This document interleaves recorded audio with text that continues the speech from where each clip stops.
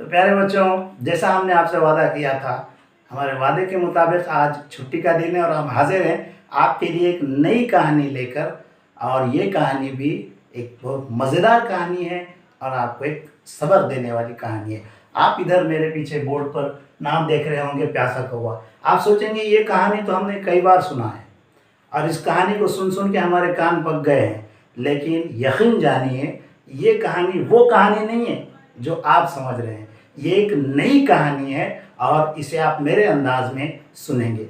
ये कहानी शुरू में तो आपको ऐसा लगेगा कि अरे ये तो सर वही कहानी हमको सुना रहे हैं जो हम बार बार सुनते चले आ रहे हैं, जो जूनियर और सीनियर केजी से हम सुनते चले आ रहे हैं। लेकिन इस कहानी में आगे जाकर एक ऐसा क्लाइमेक्स आएगा, एक ऐसा मोड़ आएगा, वहाँ से ये कहानी बिल्कुल बदल जाएगी और आप कहेंगे कि अरे हाँ, आज हमने एक बिल्कुल नई कहानी सुनी है।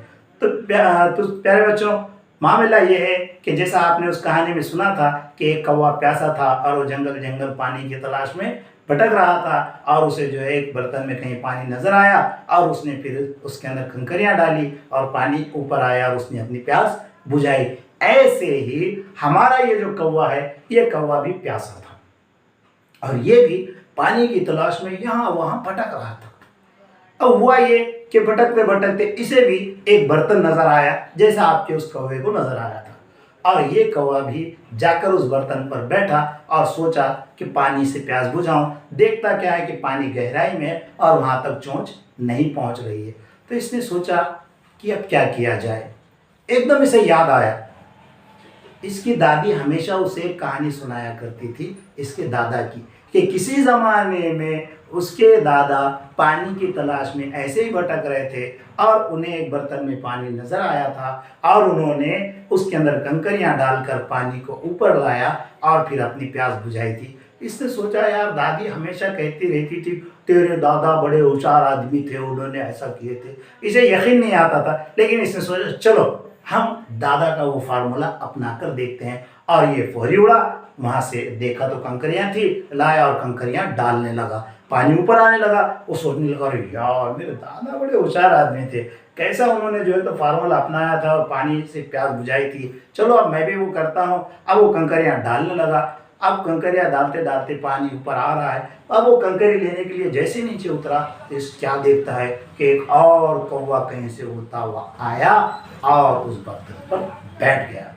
अब ये नीचे कंकरी ले रहा था, इसने उसकी तरफ देखा और कहा अरे भाई देख, तू भी कौवा मैं भी कौवा, तू भी प्यासा मैं भी प्यासा, जैसे मेरी चोंच वहाँ तक नहीं पहुँच रही है तेरी भी चोंच पहुँचने वाली नहीं है। मैं काफ़ी देर से इसके अंदर कंकरियाँ डाल रहा हूँ, ऐसा कर तू भी आ जा, मेरी मदद कर, अपन दोनों मिलकर कंकरियाँ डालेंगे, पानी ऊपर आएगा, दोनों अपनी प्यास बुझाएंगे। हम इंसान थोड़ी हैं जो पानी के लिए झगड़ा करें।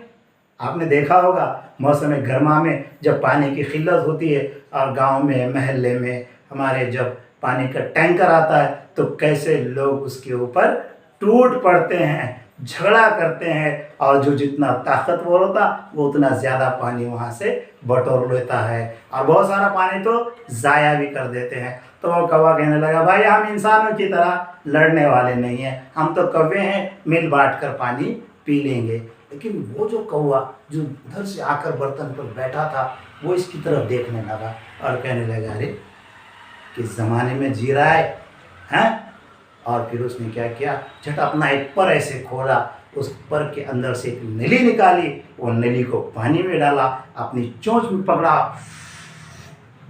और चूस कर सारा पानी पी गया। और ये कौवा नीचे बैठा बस देखता ही रह गया।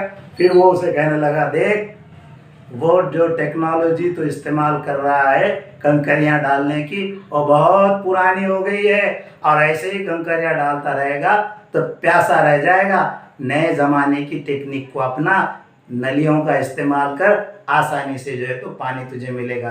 तो बच्चों, इस कहानी से हमें ये सबक मिलता है कि वक्त के साथ, ज़माने के साथ अपने आप को बदलना सीखो, नई टेक्नोलॉजी को, नए उलूम व फ़नून को अपनाना सीखो ताकि हम ज़माने के साथ चल सके, दौड़ सके और वक्त के साथ साथ हम मुकाबला आ रही के इस दौर में हम जो है अपने आप का अपना लोहा मनवा सके। तो इस लिहाज से आपको नई टेक्निक को अपनाना ज़रूरी है। आज भी अगर कोई बंदा आज के दौर में अगर कोई कहेगा कि मैं ख़त भेजना चाहता हूँ किसी अपने दोस्त को, तो आप उसे अक्लमंद कहेंगे? नहीं। आज ख़त भेजने का दौर जैसे नहीं रहा, आज मोबाइल के ज़रिए हम सारे काम कर रहे हैं। इसी तरह से वक्त के साथ साथ अपने आप को बदलें, नए टेक्नोलॉजी का इस्तेमाल करें, नए उलूम व फ़नून को सीखें, ताकि हम ज़माने के दौड़ में कंधे से कंधा मिलाकर चल सकें।